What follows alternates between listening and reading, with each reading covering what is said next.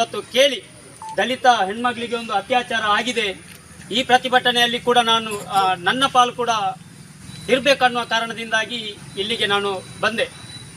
ನನ್ನ ಸ್ನೇಹಿತರಾದಂಥ ಬೆದ್ರಕಾಡ್ರವರು ಒಳ್ಳೆ ಹೋರಾಟವನ್ನು ಮಾಡ್ತಾ ಇದ್ದಾರೆ. ಯಾಕೆಂತ ಹೇಳಿದರೆ ಒಬ್ಬ ನಾಯಕ ಒಂದು ಹೋರಾಟವನ್ನು ಮಾಡುವಾಗ ಅವರ ಬಗ್ಗೆ ಬೇಡದ ಅಪಪ್ರಚಾರಗಳು ಬೇರೆ ಬೇರೆ ರೀತಿಯಲ್ಲಿ ಬರುವುದು ಸಹಜ.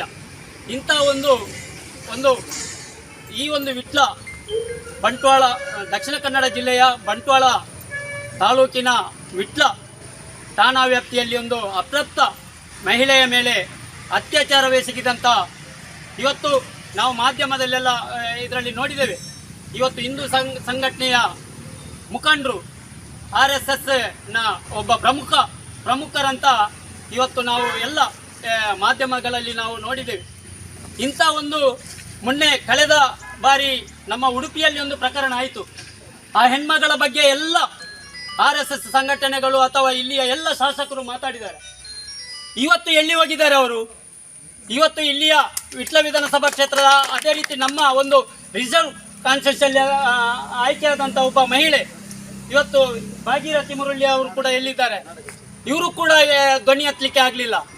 ಹಾಗಾಗಿ ನಮ್ಮ ಪರವಾಗಿ ನ್ಯಾಯಯುತವಾಗಿ ಒಂದು ಖಂಡಿಸುವವರು, ನಮ್ಮ ಪರವಾಗಿ ಮಾತಾಡುವವರು ಯಾರಿದ್ದಾರೆ ಜನಪ್ರತಿನಿಧಿಗಳು ಇವತ್ತು ಈ RSS ಅಥವಾ ಮನುವಾದದ ಗುಲಾಮರಾಗಿದೆ ಅಂತ ನಾನು ಇವತ್ತು ಹೇಳ್ತಾ ಇದ್ದೇನೆ. ಬಂಧುಗಳೇ, ಬಹಳ ಇವತ್ತು ನೋವಾಗ್ತಾ ಇದೆ. ಇವತ್ತು ಒಂದು ದಲಿತ ಸಮುದಾಯದಲ್ಲಿ ಆದಂಥ ಘಟನೆಯನ್ನು ಇವತ್ತು ನಾವು ಹಿಂದೂಗಳು ನಾವು ಒಂದೇ ಅಂತ ಹೇಳುವಂಥ ಹಿಂದೂ ಸಂಘಟನೆಗಳು ಯಾವುದೇ ಇದರಲ್ಲಿ ಒಂದು ಪ್ರತಿಭಟನೆ ಮಾಡ್ತಾ ಇಲ್ಲ. ದಲಿತರಿಗೆ ಅನ್ಯಾಯ ಆದಾಗ ಇವರಿಗೆ ಅಸ್ಪೃಶ್ಯತೆ, ಅಸಮಾನತೆ, ದೌರ್ಜನ್ಯ ಎಲ್ಲವನ್ನು ನೋಡ್ಕೊಳ್ತಾರೆ. ಇವತ್ತು ಬೇರೆ ಯಾವುದೇ ಒಂದು ಮುಸ್ಲಿಮ್ಸ್ ಅಥವಾ ಬೇರೆ ಯಾರ ಒಂದು ವ್ಯಕ್ತಿ ಇಂಥ ಒಂದು ಘಟನೆ ಮಾಡಿದರೆ ಇವತ್ತು RSS ಬಜರಂಗ ದಳ ಇವತ್ತು ಏನು ಬೆಂಕಿ ಹಚ್ತಾ ಇದ್ರು. ಬಂಧುಗಳೇ, ಇವತ್ತು ನಾವು ಇದು ಒಂದು ಸಾಂಕೇತಿಕ ಹೋರಾಟ, ಇದು ದೊಡ್ಡ ಮಟ್ಟದಲ್ಲಿ ಈ ಹೋರಾಟವನ್ನು ನಾವು ಇಡೀ ಮಂಗಳೂರಲ್ಲಿ ನಾವು ಹಮ್ಮಿಕೊಳ್ಬೇಕಾಗ್ತದೆ. ಯಾಕೆಂತ ಹೇಳಿದ್ರೆ ಈ ಹೋರಾಟದಲ್ಲಿ ನಾನು ಬಹುಜನ್ ಸಮಾಜ ಪಾರ್ಟಿ ತೀವ್ರವಾಗಿ ನಿಮ್ಮ ಬೆನ್ನ ಹಿಂದೆ ದಲಿತ ಅಭಿವೃದ್ಧಿ ಸಮಿತಿಗೆ ನಾವು ಬೆಂಬಲವನ್ನು ಈ ಮೂಲಕ ನಾವು ವ್ಯಕ್ತಪಡಿಸಿದ್ದೇವೆ.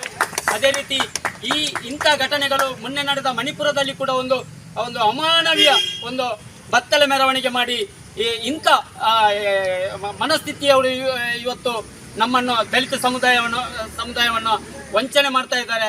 ಇದಕ್ಕೆ ನಾವು ಜಗ್ಬಾರ್ದು. ಯಾಕೆ ಅಂತ ಹೇಳಿದ್ರೆ ಇವತ್ತು ಈ ದೇಶದಲ್ಲಿ ಸ್ವಾತಂತ್ರ್ಯ, ಸಮಾನತೆ, ಸಹೋದರತೆಯಿಂದ ಬದುಕಬೇಕಾದ್ರೆ ಡಾಕ್ಟರ್ ಬಾಬಾ ಸಾಹೇಬ್ ಅಂಬೇಡ್ಕರ್ ಕೊಟ್ಟಂತ ಸಂವಿಧಾನದಿಂದ ಮಾತ್ರ.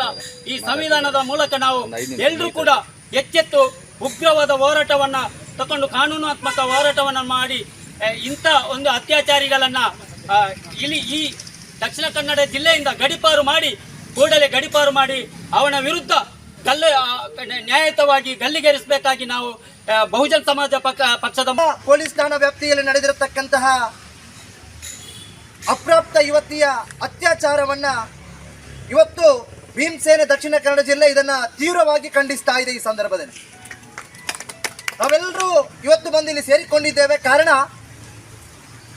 ದಲಿತ ಸಮುದಾಯದ ಅಪ್ರಾಪ್ತ ಯುವತಿಯ ಮೇಲೆ ನಡೆದಿರತಕ್ಕಂತಹ ಅತ್ಯಾಚಾರವನ್ನು ಖಂಡಿಸಿ ನಾವೆಲ್ಲರೂ ಜಾತಿ ಮತವನ್ನು ಬಿಟ್ಟು ಪಕ್ಷಗಳ ಭೇದವಿಲ್ಲದೆ ನಾವೆಲ್ಲರೂ ಬಂದು ಇಲ್ಲಿ ಸೇರಿಕೊಂಡಿದ್ದೇವೆ. ಇವತ್ತು ಈಗಾಗಲೇ ಮಾತಾಡಿದರು ಗೋಪಾಲ್ ಮುತ್ತೂರ್ ಉಡುಪಿಯ ಪ್ರಕರಣದ ಬಗ್ಗೆ ಎಲ್ಲ ಶಾಸಕರುಗಳು, ಎಂಪಿಗಳು, ಎಲ್ಲ ರೀತಿಯ ಸಂಘಟನೆಗಳು ಧ್ವನಿ ಎತ್ತಿದ್ದು ಆ ಸಂಘಟನೆಗಳು ಇವಾಗ ಎಲ್ಲಿ ಹೋಗಿದೆ ಅಂತ ಹೇಳಿ ನಾನು ನೇರವಾಗಿ ಪ್ರಶ್ನೆ ಮಾಡಲಿಕ್ಕೆ ಬಯಸ್ತೇನೆ. ಡಾಕ್ಟರ್ ಬಾಬಾ ಸಾಹೇಬ್ ಅಂಬೇಡ್ಕರ್ ಕೊಟ್ಟಿರತಕ್ಕಂತಹ ಭಿಕ್ಷೆಯಿಂದ ಬಾಬಾ ಸಾಹೇಬ್ ಅಂಬೇಡ್ಕರ್ ಕೊಟ್ಟಿರತಕ್ಕಂತಹ ಭಿಕ್ಷೆಯಿಂದ ಸುಳ್ಯ ವಿಧಾನಸಭಾ ಕ್ಷೇತ್ರದಲ್ಲಿ ಗೆದ್ದಿರತಕ್ಕಂತಹ ದಲಿತ ಸಮುದಾಯದ ಶಾಸಕಿಯಾದಂತಹ ಭಾಗೀರಥಿ ಮುರಳಿಯರವರೇ, ನಿಮಗೆ ಹತ್ತಿರದ ವಿಟ್ಲ ಕಾಣಿಸಲಿಲ್ಲವೇ? ಉಡುಪಿಯ ಪ್ರಕರಣವನ್ನು ಖಂಡಿಸಿ ನೀವು ಪ್ರತಿಭಟನೆಯನ್ನು ಮಾಡಿದ್ದೀರಲ್ಲ, ಇದೇ ದಲಿತ ತಮ್ಮ ಸಮುದಾಯದ ಹೆಣ್ಣು ಮಗಳಿಗೆ ಅನ್ಯಾಯವಾಗಿದೆ, ಅತ್ಯಾಚಾರಕ್ಕೊಳಗಾಗಿದ್ದಾರೆ. ಬಾಬಾ ಸಾಹೇಬರು ಕೊಟ್ಟಿರತಕ್ಕಂತಹ ಭಿಕ್ಷೆಯಿಂದ ಗೆದ್ದು ವಿಧಾನಸಭೆಯನ್ನು ಪ್ರವೇಶಿಸಿದವರು ನೀವುಗಳು ಇವತ್ತು ಈ ಪ್ರಕರಣದ ವಿರುದ್ಧ ಧ್ವನಿಯನ್ನು ಎತ್ತಬೇಕಾಗಿತ್ತು. ಆದರೆ ತಾವು ಎಲ್ಲಿ ಮಾಯವಾಗಿದ್ದಾರೆ ಅಂತೇಳಿ ನಮಗೆ ಗೊತ್ತಾಗ್ತಾ ಇಲ್ಲ. ಬಂಧುಗಳೇ, ಇದೇ ರೀತಿಯಲ್ಲಿ ಕರ್ನಾಟಕ ಸರ್ಕಾರದಲ್ಲಿ ನಾನು ಮನವಿಯನ್ನು ಮಾಡಿಕೊಳ್ಳುತ್ತಾ ಇದ್ದೇನೆ. ನಮಗೆ ದಲಿತರ ಹೆಣ್ಣು ಮಕ್ಕಳಿಗೆ, ದಲಿತರಿಗೆ ಜೊತೆಯಲ್ಲಿ ಸಮಾಜದ ಹೆಣ್ಣು ಮಕ್ಕಳ ಬದುಕಿಗೆ, ಜೀವನಕ್ಕೆ ನೀವು ಗ್ಯಾರಂಟಿಯನ್ನು ಕೊಡಬೇಕಾಗಿದೆ. ಇವತ್ತು ನಮ್ಮ ಹೆಣ್ಣು ಮಕ್ಕಳಿಗೆ ಗ್ಯಾರಂಟಿಯನ್ನು ಕೊಡಬೇಕಾಗಿದೆ, ಅವರ ಜೀವನಕ್ಕೆ ಗ್ಯಾರಂಟಿಯನ್ನು ಕೊಡಬೇಕಾಗಿದೆ. ಇದು ಇವತ್ತು ಈ ಪ್ರಕರಣವಾದ ಮಾರು ದಿವಸವೇ ಬಾಬಾ ಸಾಹೇಬರ ಸಂವಿಧಾನಕ್ಕೆ ಅನುಸಾರವಾಗಿ ಆರಕ್ಷಕರು ಆ ಪ್ರಕರಣವನ್ನು ದಾಖಲಿಸಿಕೊಂಡಿದ್ದಾರೆ ಎನ್ನುವಂತಹ ಮಾಹಿತಿ ಕೂಡ ಬಂದಿದೆ. ನಾವು ಒತ್ತಾಯಪಡಿಸ್ತೇವೆ ಮಾನ್ಯ ಗೃಹ ಸಚಿವರಿಗೆ, ಡಾಕ್ಟರ್ ಬಾಬಾ ಸಾಹೇಬ್ ಅಂಬೇಡ್ಕರ್ ಸಂವಿಧಾನದಲ್ಲಿ ಯಾವ ರೀತಿಯ ಕಾನೂನನ್ನು ಕೊಟ್ಟಿದ್ದಾರೋ ಅದೇ ಪ್ರಕಾರವಾಗಿ ಈ ಪಾಪಿಗಳಿಗೆ ಶಿಕ್ಷೆ ಆಗಬೇಕಾಗಿದೆ. ಯಾವ ರಾಜಕೀಯ ಪಕ್ಷದ ನಾಯಕರುಗಳಿಗೆ, ರಾಜಕೀಯದ ಪುಡಾರಿಗಳಿಗೆ ಮಣಿಯದೆ ಈ ಪಾಪಿಗಳಿಗೆ ಯಾವ ರೀತಿಯ ಶಿಕ್ಷೆಯನ್ನ ಸಂವಿಧಾನದಲ್ಲಿ ಬಾಬಾ ಸಾಹೇಬರು ತೋರಿಸಿದಾರೋ ಆ ರೀತಿಯ ಶಿಕ್ಷೆಯನ್ನ ನೀಡಬೇಕು. ಅಲ್ಲಿಯವರೆಗೆ ನಮ್ಮ ಈ ಹೋರಾಟ ಮುಂದುವರಿಯುತ್ತದೆ ಎನ್ನುವಂತಹ ಮಾತನ್ನು ಕೂಡ ನಾನು ಈ ಸಂದರ್ಭದಲ್ಲಿ ಹೇಳಿಕ್ಕೆ ಇಚ್ಛೆ ಪಡ್ತೇನೆ.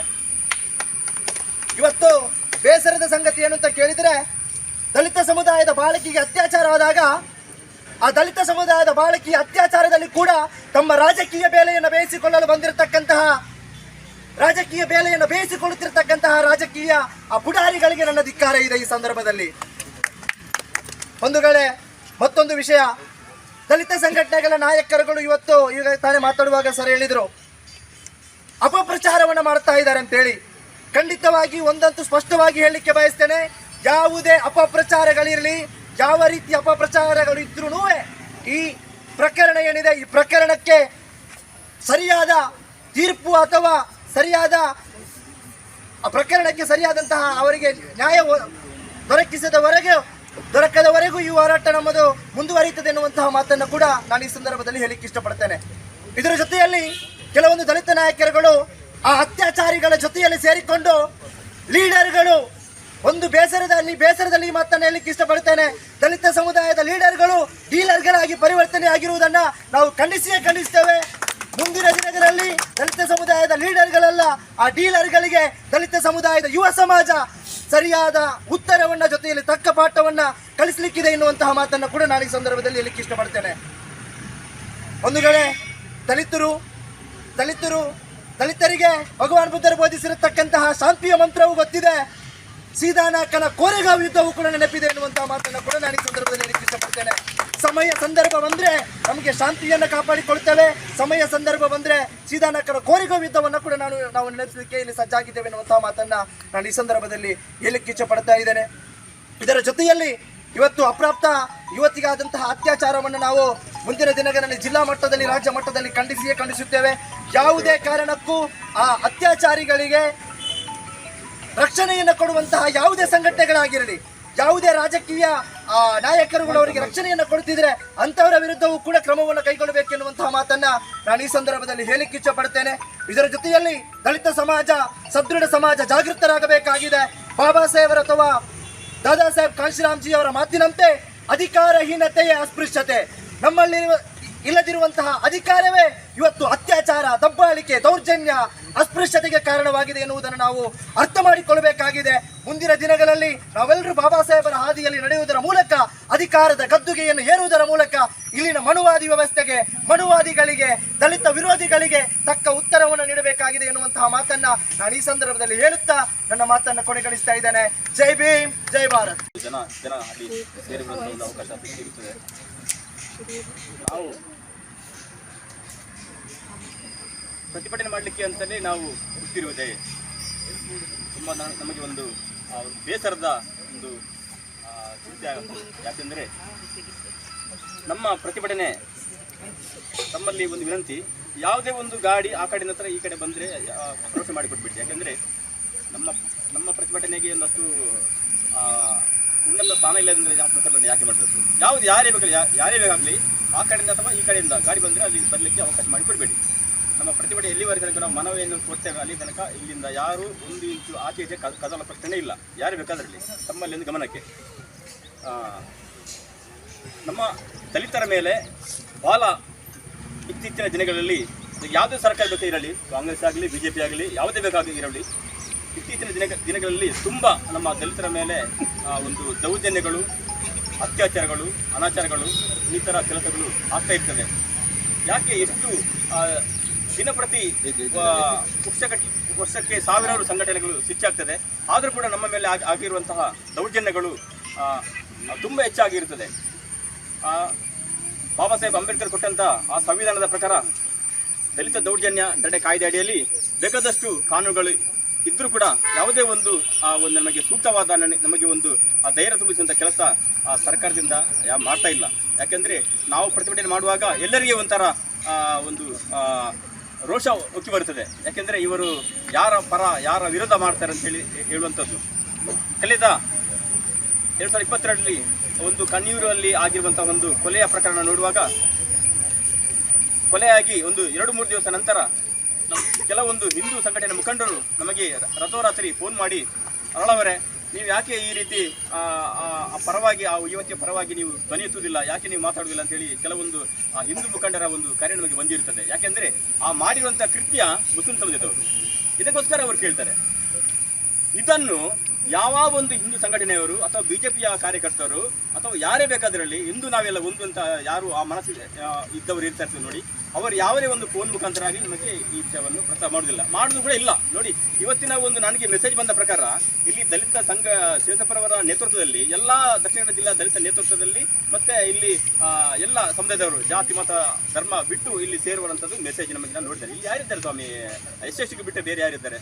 ಪಾಪ ರಾಮನ ಬಿಟ್ಟವರು ಇದ್ದಾರೆ, ಯಾಕೆಂದರೆ ಅವರು ನಮ್ಮ ಜೊತೆಯಲ್ಲಿ ಇರುವಂಥದ್ದು. ಅವರೊಂದು ಬಿಟ್ಟರೆ ಬೇರೆ ಯಾರಿದ್ದಾರೆ ಇಲ್ಲಿ? ಯಾರಿಲ್ಲ, ಯಾಕೆಂದರೆ ಬೇಡ ಅವರಿಗೆ. ಒಂದು ಬೆರಳಿನ 2 ಮಂದಿ ಇರ್ಬೋದು. ನಾವು ನೋಡಿ, ನಾವು ಯಾರೇ ಭಟ್ರುಗಳು ಕರೆಯಲಿ ನಮ್ಮ ಪ್ರತಿಭಟನೆಗೆ ನಾವು ಹೋಗ್ತೇವೆ. ಯಾಕೆಂದರೆ ನಮಗೆ ಎಲ್ಲರೂ ಸಮಾನ ದೃಷ್ಟಿಯಲ್ಲಿ ನಾವು ನೋಡುವಂಥದ್ದು. ಧರ್ಮಸ್ಥಳದಲ್ಲಿ ಆ ಸೌಜನ್ಯ ಪ್ರಕರಣದಲ್ಲಿ ಆ ಧರ್ಮಸ್ಥಳ ಹೆಸರಿಸಿದರೆ ಅಲ್ಲಿನ ಕೋರ್ಟ್ ಮುಖಾಂತರ ಹೆಸರು ಸೇರ್ತಾ ಇರ್ತಾರೆ. ಯಾಕೆಂದರೆ ಆ ಧರ್ಮಸ್ಥಳದ ಕ್ಷೇತ್ರಕ್ಕೆ ಅಪಪ್ರಚಾರ ಆಗ್ತದೆ, ಯಾವುದೇ ಉಲ್ಲಂಘನೆ ಮಾಡಬಾರ್ದು ಅಂತೇಳಿ. ಯಾಕೆಂದರೆ ಅವರಿಗೆ ಧರ್ಮಸ್ಥಳದ ಸ್ವಾಮಿ ಅವರಿಗೆ ಒಂದು ರೀತಿಯ ಅಲ್ಲಿಗೆ ಮುಜುಗರ ಆಗ್ತದೆ. ಇಲ್ಲಿ ಮೂಡಬಿದ್ರೆಯಲ್ಲಿ ಆಲೋಸಲ್ಲಿ ಕಾವ್ಯ ಎಂಬ ಅತ್ಯಾಚಾರ ಪ್ರಕರಣ ಆಯಿತು, ಕೊಲೆ ಪ್ರಕರಣ ಆಯಿತು. ಅಲ್ಲಿ ಪ್ರತಿಭಟನೆ ಮಾಡುವಾಗ ಅಲ್ಲಿನ ವಿದ್ಯಾಸಂಸ್ಥೆಗೆ ಅವರಿಗೆ ತೊಂದರೆ ಆಗ್ತದೆ. ಇಲ್ಲಿ ನಾವು ಮಾಡುವಾಗ ನಮಗೆ ಬೇರೆ ರೀತಿಯಲ್ಲಿ ಕರೆ ಬರ್ತದೆ. ನೀವು ಯಾಕೆ ಮಾತಾಡ್ತೀರಾ ಸರ್, ನಿಮಗೆ ಏನಾಗಿದೆ? ಅವರ ಅತ್ಯಾಚಾರ ಮಾಡಿದಂಥ ಆರೋಪಿಗೆ ಅರೆಸ್ಟ್ ಆಗಿದೆ, ಶಿಕ್ಷೆ ಆಗಿದೆ. ಅಟ್ರಾಸಿಟಿ ಏನು ನಿಮ್ಮ ಅಟ್ರಾಸಿಟಿ ದಲಿತ ದೌರ್ಜನ್ಯ ತಡೆ ಕಾಯ್ದೆ ಏನಿದೆಯಾ ಅವರಿಗೆ ಅದನ್ನು ಸೆಕ್ಷನಲ್ಲಿ ಹಾಕಿ ಅವರಿಗೆ ಅರೆಸ್ಟ್ ಮಾಡಲಾಗಿದೆ. ಇದು ಯಾಕೆ ಪ್ರತಿಭಟನೆ ಮಾಡ್ತಾರೆ ಅಂತೇಳಿ ನಮಗೆ ಒಂದು ರೀತಿಯಲ್ಲಿ ಕರೆಗಳೆಲ್ಲ ಬರ್ತದೆ. ನಾವು ಕೇಳೋದು ಯಾಕೆಂದರೆ ಇದಕ್ಕೆ ಒಂದು ನಾವು ಎಲ್ಲ ಇಲ್ಲಿ ಸೇರ್ತಕ್ಕಂಥ ದಲಿತ ನಾಯಕರು ಮುಖಂಡರೆಲ್ಲ ಸೇರಿ ಇದಕ್ಕೊಂದು ಕೊನೆಯ ಒಂದು ನಾಂದಿ ಆಡಬೇಕು. ಯಾಕೆಂದರೆ ಹೀಗೆ ಆದರೆ ಇನ್ನು ಮುಂದಕ್ಕೆ ನಮ್ಮ ಹೆಣ್ಣು ಮಕ್ಕಳಿಗೆ ತಲೆ ಎತ್ತಿ ನಡೆದುಕೊಳ್ಳುವಂಥ ಒಂದು ಸಮಸ್ಯೆ ಆಗಬಾರ್ದು. ಯಾಕೆಂದರೆ ಬಾಬಾ ಸಾಹೇಬ್ ಅಂಬೇಡ್ಕರ್ ಅವರು ಕೊಟ್ಟಂಥ ಈ ಸಂವಿಧಾನದಲ್ಲಿ ರಾತ್ರಿ 12 ಗಂಟೆಗೆ ಒಂದು ಹೆಣ್ಣು ಮಗಳು ತಲೆ ಎತ್ತಿ ನಡುವಂಥ ಒಂದು ವ್ಯವಸ್ಥೆಯನ್ನು ನಮಗೆ ಮಾಡಿಕೊಟ್ಟಿದ್ದಾರೆ. ನಮಗೆ ಈಗ ರಾತ್ರಿ 12 ಗಂಟೆ ಬಿಡಿ, ಮಧ್ಯಾಹ್ನ 11 ಗಂಟೆ ಹೋಗ್ಲಿಕ್ಕೆ ನಮಗೆ ಈಗ ಭಯ ಆಗ್ತದೆ. ಯಾಕೆಂದರೆ ಯಾವ ದೇವರ ಅಥವಾ ದೈವಗಳ ಅಥವಾ ಇನ್ನೊಬ್ಬರ ನಮಗೆ ಭಯ ಇಲ್ಲ, ಖಂಡಿತ ಇಲ್ಲ. ನಮಗೆ ಭಯ ಇರುವಂಥದ್ದು ಜನರ ಮೇಲೆ. ಯಾಕೆಂದರೆ ಎಲ್ಲಿ ಅವರು ನಮ್ಮನ್ನು ಅಟ್ಯಾಕ್ ಮಾಡ್ತಾರಾ ಅಂತೇಳಿ ನಮಗೆ ಭಯ, ಬೇರೆ ಯಾರ ಮೇಲೆ ನಮಗೆ ಭಯ ಇಲ್ಲ. ಬಹುಶಃ ನಮಗೆ ಮಾತಾಡಲಿಕ್ಕೆ ತುಂಬ ಇದೆ, ಆದರೂ ಇನ್ನು ನಮಗೆ ಹೆಚ್ಚು ಇಲ್ಲಿ ಮುಖಂಡರಲ್ಲಿ ಮಾತಾಡಲಿಕ್ಕೆ ಇರುವುದರಿಂದ ಒಂದು ಕೆಲವೊಂದು ವಿಚಾರವನ್ನು ಮಾತಾಡಿ ನಾನೊಂದು ಬಂಟ್ವಾಳ ತಾಲೂಕು ಭಾರತ ರತ್ನ ಡಾಕ್ಟರ್ ಬಾಬಾ ಸಾಹೇಬ್ ಅಂಬೇಡ್ಕರ್ ಸಮಾಜ ಸಂಘ ಈ ಒಂದು ಘೋರವಾದ ಕೃತ್ಯಕ್ಕೆ ನಾವು ಸಂಪೂರ್ಣವಾಗಿ ಖಂಡನೆಯನ್ನು ಮಾಡ್ತೇನೆ ಅಂತೇಳಿ ಈ ಸಂದರ್ಭದಲ್ಲಿ ಹೇಳುತ್ತಾ ಅವಕಾಶಕ್ಕಾಗಿ ವಂದಿಸುತ್ತಾ ನನ್ನ ಮಾತನ್ನು ಕೊನೆಗೊಳಿಸುತ್ತೇವೆ. ಜೈ ಭೀಮ್, ಜೈ ಹಿಂದ್. ಆತ್ಮೀಯ ವಿಟ್ಲದ ನನ್ನ ಭೀಮಸೇನಾನಿಗಳೇ, ಈ ಅತ್ಯಾಚಾರದ ವಿಷಯಕ್ಕೆ ಸಂಬಂಧಿಸಿದಂತೆ ಮಾತಾಡಲು ಬೇಜಾರಾಗುತ್ತೆ. ಎಲ್ಲಿ ಕಂಡರೂ ಅತ್ಯಾಚಾರ, ಎಲ್ಲಿ ಕಂಡರೂ ಅನಾಚಾರ, ಅದೂ ಕೂಡ ದಲಿತ ಹೆಣ್ಣು ಮಕ್ಕಳ ಮೇಲೆ ಮಾತ್ರ ಹೆಚ್ಚಿನ ಅತ್ಯಾಚಾರಗಳಾಗ್ತಾ ಇದೆ. ಯಾಕಂದ್ರೆ ದಲಿತರು ದುರ್ಬಲವಾಗಿದ್ದಾರೆ. ಈಗಾಗಲೇ ನನ್ನ ಮಿತ್ರ ನಿತಿನ್ ಮುತ್ತೂರ್ ಅವರು ಮಾತಾಡಿದ್ರು. ಎಲ್ಲದಕ್ಕೆ ಕಾರಣಗಳು ಏನಂದ್ರೆ ನಮ್ಮಲ್ಲಿ ಯಾವುದೇ ಅಧಿಕಾರಗಳಿಲ್ಲ. ಅಧಿಕಾರ ಇದ್ದವರು ಯಾರೋ ಒಬ್ಬರ ಗುಲಾಮರಾಗಿ ಅವರ ಎಂಜಲನ್ನು ಹಚ್ಚಿಕೊಂಡು ಜೀವನ ಮಾಡುವವರಿದ್ದಾರೆ. ಉದಾಹರಣೆಗೆ ನಾವಿಲ್ಲಿ ಗಮನಿಸಬೇಕಾಗುತ್ತೆ. ಉಡುಪಿಯ ಪ್ರಕರಣ ಇರಲಿ, ಕಳೆದ ಬಂಟ್ವಾಳ ತಾಲೂಕಿನ ಕಳೆದ ಹಲವಾರು ವರ್ಷಗಳಲ್ಲಿ ಆದಂತ ಅತ್ಯಾಚಾರ ಪ್ರಕರಣ ಇರಲಿ ಅಥವಾ ಕೊಲೆ ಪ್ರಕರಣಗಳಿರಲಿ, ಇಲ್ಲಿನ ರಾಜಕೀಯ ಪುಡಾರಿಗಳು ಕಚ್ಚೆ ಹರ್ಕೊಂಡು ಇಲ್ಲಿ ಓಡ್ಕೊಂಡು ಬಂದ್ರು. ಆ ಸಂದರ್ಭದಲ್ಲಿ ಅಕ್ಕ ಶೋಭಕ್ಕ ಇದ್ರು, ಶೋಭಕ್ಕ ಅನ್ನೋರು ತಮ್ಮೆಲ್ಲರಿಗೂ ಗೊತ್ತಿರಬಹುದು. ಹೇಳಿದ್ರು, ದಕ್ಷಿಣ ಕನ್ನಡ ಜಿಲ್ಲೆಗೆ ನಾವು ತೊಂದರೆ ಆದಾಗ ನಾನು ಬೆಂಕಿ ಕಡ್ಡಿ ಹಚ್ಕೊಂಡು ಬರ್ತೀನಿ, ಸುಟ್ಟು ಬೂದಿ ಮಾಡ್ತೀನಿ ಅಂತೇಳಿ. ಪಾಪ ಶೋಭಕ್ಕನ ಬೆಂಕಿ ಕಡ್ಡಿ ದಲಿತರ ಮಲಮೂತ್ರದಲ್ಲಿ ಎಲ್ಲ ಒದ್ದೆ ಆಗೋಯ್ತು. ಇಲ್ಲಿ ಬಾಬಾ ಸಾಹೇಬರ ಭಿಕ್ಷೆಯನ್ನು ಪಡ್ಕೊಂಡಂತ ಸ್ವಜಾತಿಯ ಶಾಸಕರು ಭಾಗೀರಥಿ ಮುರುಲ್ಯ, ಅವರ ಕದರೇನು ಓಡ್ಕೊಂಡು ಹೋಗ್ತಾರೆ ಉಡುಪಿಗೆ. ಯಾಕೆ? ಅಲ್ಲಿ ಮುಸ್ಲಿಮರು ಮಾಡಿದ್ದಾರೆ ಅಂತೆಲ್ಲ, ಕೃತ್ಯ ಮುಸ್ಲಿಮರು ಮಾಡಿದ್ದಾರೆ ಅಂತೇಳಿ. ಇವರು ಬಿಜೆಪಿಯ ಏಜೆಂಟ್ರು, ಒಬ್ಬ ಗುಲಾಮ ಏಜೆಂಟ ಭಾಗೀರಥಿ ಮುರುಲ್ಯರವರು. ಸ್ವಜಾತಿ ಬಂಧುಗಳಿಗೆ ಅನ್ಯಾಯ ಆದವಾಗ ಒಂದು ಸೌಜನ್ಯ ತೋರಿಸುವ ಮುಖ ಇಲ್ಲದ ಇಂಥ ಕರಡು ಮುಖವನ್ನು ಯಾರಿಗೆ ತೋರಿಸ್ತೀರಿ ಸ್ವಾಮಿ ನೀವು? ನಾಚಿಕೆ ಹಾಕ್ಬೇಕು ನಿಮ್ಗೆ ಶಾಸಕ ಸ್ಥಾನಕ್ಕೆ, ನಾಚಿಕೆ ಹಾಕ್ಬೇಕು ನಿಮ್ಮ ವ್ಯವಹಾರಗಳಿಗೆ. ಬೇರೆ ಯಾರೋ ಆಗಿದ್ದಿದ್ರೆ ಅವರ ಎಂಜಲ ನಕ್ಕಿಕೊಂಡು ಅವರ ಕೌಪಿನ ಹಿಡ್ಕೊಂಡು ಓಡ್ತಾ ಇದ್ರಿ ತಾನೇ ನೀವು. ನೀವೆಲ್ಲ ಕೌಪಿನ ಹಿಡಿಯೋಕ್ಕೆ ಲಾಯಕ ಹೊರತಾಗಿ ಸಾಮಾಜಿಕ ನ್ಯಾಯವನ್ನು ಒದಗಿಸಿಕೊಡುವಲ್ಲಿ ನಿಮ್ಮಗಳ ಪಾತ್ರ ಇಲ್ಲಿ ಏನೂ ಇಲ್ಲ. ನಮ್ಮ ರಾಜಕಾರಣದ ಬಗ್ಗೆ ಯಾರು ಕೂಡ ನೀವು ದೊಡ್ಡ ಭರವಸೆಯನ್ನು ಇಟ್ಟುಕೊಳ್ಳುವುದು ಬೇಡ. ನಮಗೆ ನಮ್ಮ ರಾಜಕಾರಣಿಗಳಿದ್ದಾರೆ, ನಮ್ಮ MLAಗಳಿದ್ದಾರೆ, ನಮ್ಮ MP ಗಳಿದ್ದಾರೆ, ನಮ್ಮ ಮುಖ್ಯಮಂತ್ರಿ ಇದ್ದಾರೆ. ಈ ದೊಡ್ಡ ದೊಡ್ಡ ಆಕಾಂಕ್ಷೆಗಳನ್ನು ನಾವು ಯಾರು ಇಟ್ಕೊಳ್ಳೋದು ಬೇಡ. ನಾವು ನಮ್ಮ ಸಂವಿಧಾನದ ಮೇಲೆ ನಾವು ನಂಬಿಕೆಯನ್ನು ಇಡಬೇಕು. ಬಾಬಾ ಸಾಹೇಬ್ ಅಂಬೇಡ್ಕರ್ ನಮಗೆ ಉತ್ತಮವಾದ ಸಂವಿಧಾನವನ್ನು ಕೊಟ್ಟಿದ್ದಾರೆ. ಸಂವಿಧಾನದ ಬಗ್ಗೆ ನಾವು ನಂಬಿಕೆಯನ್ನಿಡೋಣ, ಈ ಕಾನೂನಿನ ಬಗ್ಗೆ ನಂಬಿಕೆಯನ್ನಿಡೋಣ. ರಾಜಕಾರಣಿಗಳು ಅಂದವಾಗ ನನಗೆ ನೆನಪಾಗುತ್ತೆ, ಕಳೆದ ಚಿತ್ರದುರ್ಗದ ಮುರುಘಾ ಮಠದಲ್ಲಿ ದಲಿತ ಮಕ್ಕಳನ್ನ ಕೊಂದು ತಿಂದು ತೇಗಿದ್ರು ನಮ್ಮ ಇದೇ ಕಾಮಿಗಳು, ಕಾಮಿಗಳ ಕನ್ಫ್ಯೂಸ್ ಆಗುತ್ತೆ ನನಗೆ, ಕಾಮಿಗಳ ಅಂತೇಳಿ. ಎಲ್ಲ ಕಾವಿ ಊಟವರಿಗೆ ಕಾಮದ ರುಚಿ ಸಿಕ್ಕಿದೆ. ಎಲ್ಲ ಕಾವಿ ಊಟ ಸ್ವಾಮಿಗಳು ಕೂಡ ಎಲ್ಲ ಕಾಮಿಗಳೇ, ಅದರಲ್ಲಿ ಯಾವುದೇ ಸಂದೇಹ ಇಲ್ಲ. ಈ ಕಾಮಿಗಳು ನಮ್ಮ ಚಿತ್ರದುರ್ಗದಲ್ಲಿ ನಮ್ಮ ದಲಿತ ಮಕ್ಕಳನ್ನ ಕೊಂದು ತಿಂದು ತೇಗಿದ್ರು. ಯಾವ ಒಬ್ಬ ನಾಯಕ ಕೂಡ, ಯಾವ ಒಬ್ಬ ಮಿನಿಸ್ಟರ್ ಕೂಡ, ಯಾವ ಒಬ್ಬ ಶಾಸಕ ಕೂಡ, ಯಾವ ಈ ಭಜರಂಗದಲ್ಲ ಅಂತ ಪುಡಾರಿಗಳಿದ್ದಾರಲ್ಲ ಮೂರ್ಖರು, ಯಾವ ಮೂರ್ಖರು ಕೂಡ ಇದರ ಬಗ್ಗೆ ಧ್ವನಿ ಎತ್ತಿಲ್ಲ. ಅದು ಹಿಂದೂ ಕ್ಷೇತ್ರ ಅಂತ, ಚಿತ್ರದುರ್ಗದ ಮಠ ಹಿಂದೂ ಕ್ಷೇತ್ರ. ಇಲ್ಲಿ ಆದದ್ದನ್ನ ಯಾವನು ಕೂಡ ಧ್ವನಿ ಎತ್ತುವಂತ ಯೋಜನೆ ತೋರಲಿಲ್ಲ. ಇವರ ನಾಲಿಗೆ ಎಲ್ಲ ದನ ಮೆಟ್ಟಿ ಹೋಗಿದೆ, ಯಾರು ಕೂಡ ಮಾತಾಡಿಲ್ಲ. ಯಾಕೆ? ಮಠ ಮಂದಿರಗಳನ್ನ ಕಟ್ಟಿಕೊಂಡು ಇವರು ಬೆಳೆದದ್ದು. ಮಠ ಮಂದಿರಗಳಲ್ಲಿ ನಮ್ಮ ದಲಿತ ಮಕ್ಕಳು ಬಹಳಷ್ಟು ಸುಲಭದಲ್ಲಿ ಸಿಗ್ತಾರೆ. ಮಗ, ನೀನು ಮಗಳಿಗೆ ಸಮಾನ, ನನ್ನ ಬೆನ್ನು ಹಚ್ಚು, ನನ್ನ ತಲೆ ಸವರು, ನನಗೆ ಎಣ್ಣೆ ಹಾಕು, ಮಸಾಜ್ ಮಾಡು ಅಂತೇಳಿ ಆ ಕಾಮಿಗಳು ನಮ್ಮ ಮಕ್ಕಳನ್ನ ತಿಂದಿದ್ದಾರೆ. ದಯವಿಟ್ಟು ನೀವು ನಿಮ್ಮಲ್ಲಿ ಎಲ್ಲರಲ್ಲಿ ಕೂಡ ನನ್ನ ಕೈ ಜೋಡಿಸಿ ಕೇಳಿಕೊಳ್ತಾ ಇದ್ದೀನಿ. ಡಾಕ್ಟರ್ ಬಾಬಾ ಸಾಹೇಬ್ ಒಂದು ಮಾತನ್ನ ಹೇಳಿದ್ದಾರೆ, ಎಲ್ಲಿ ಯಾವ ಗ್ರಾಮದಲ್ಲಿ ಮಠ ಮಂದಿರಗಳು ದೇವಸ್ಥಾನಗಳು ಜಾಸ್ತಿ ಆಗುತ್ತಾ ಅಲ್ಲಿ ಅಜ್ಞಾನ ಬೆಳಕಿದೆ ಅಂತ ಹೇಳಕ್ಕ. ಎಲ್ಲಿ ಶಾಲಾ ಕಾಲೇಜುಗಳ ಕರೆಗಂಟೆಗಳು ಕಾಲ್ಬೆಲ್ಗಳು ಕೇಳುತ್ತೋ ಅಲ್ಲಿ ಜ್ಞಾನ ಮೊಳಗುತ್ತಿದೆ ಅಂತ ಲೆಕ್ಕ. ಡಾಕ್ಟರ್ ಬಾಬಾ ಸಾಹೇಬ್ ಅಂಬೇಡ್ಕರ್ ಹೇಳಿದ್ದಾರೆ, ನಮ್ಮನ್ನ ಶತಮಾನಗಳಿಂದಲೂ ಕೂಡ ಮೂರ್ಖರನ್ನಾಗಿಸಿ ದೇವರು ಅಂತೇಳಿ ನಮ್ಮನ್ನು ನಂಬಿಸಿ. ಉದಾಹರಣೆಗೆ ಧರ್ಮಸ್ಥಳವನ್ನು ಕೂಡ ಗಮನಿಸಬಹುದು. ದೇವರಂತಲ್ಲಿ ನಮ್ಮನ್ನು ನಂಬಿಸಿ ನಮ್ಮ ಮಕ್ಕಳನ್ನ, ನಮ್ಮ ಯುವಕರನ್ನ ಇವತ್ತು ದಾರಿ ತಪ್ಪಿಸ್ತಾ ಇದ್ದಾರೆ. ನಾವೆಲ್ಲರೂ ಕೂಡ ಒಂದಾಗಿ ನಮ್ಮನ್ನು ಯಾರು ಹಿಂದೂ ಅಂತೇಳಿ ಹೇಳ್ತಾರ. ಡಾಕ್ಟರ್ ಬಾಬಾ ಸಾಹೇಬರು ಅಂದಿನ ದಿನಗಳಲ್ಲಿ ನಾನು ಹಿಂದುವಾಗಿ ಹುಟ್ಟಿದ್ದೀನಿ, ಹಿಂದುವಾಗಿ ಸಾಯಲಾರೆ ಅನ್ನೋ ಒಂದು ಶಪಥವನ್ನ ಮಾಡಿ ಬೌದ್ಧ ಧರ್ಮವನ್ನು ಸ್ವೀಕಾರ ಮಾಡಿದ್ರು. ಯಾಕೆ? ಇಲ್ಲಿನ ನೋವುಗಳನ್ನು ಸಹಿಸಲಿಕ್ಕೆ ಆಗದೆ, ಅವಮಾನಗಳನ್ನು ಸಹಿಸಲಿಕ್ಕೆ ಆಗದೆ ನಮಗೆ ಒಂದು ಮಾತು, ನಮ್ಮನ್ನು ಕರೆಯನ್ನು ಕೊಟ್ಟಿದ್ದಾರೆ.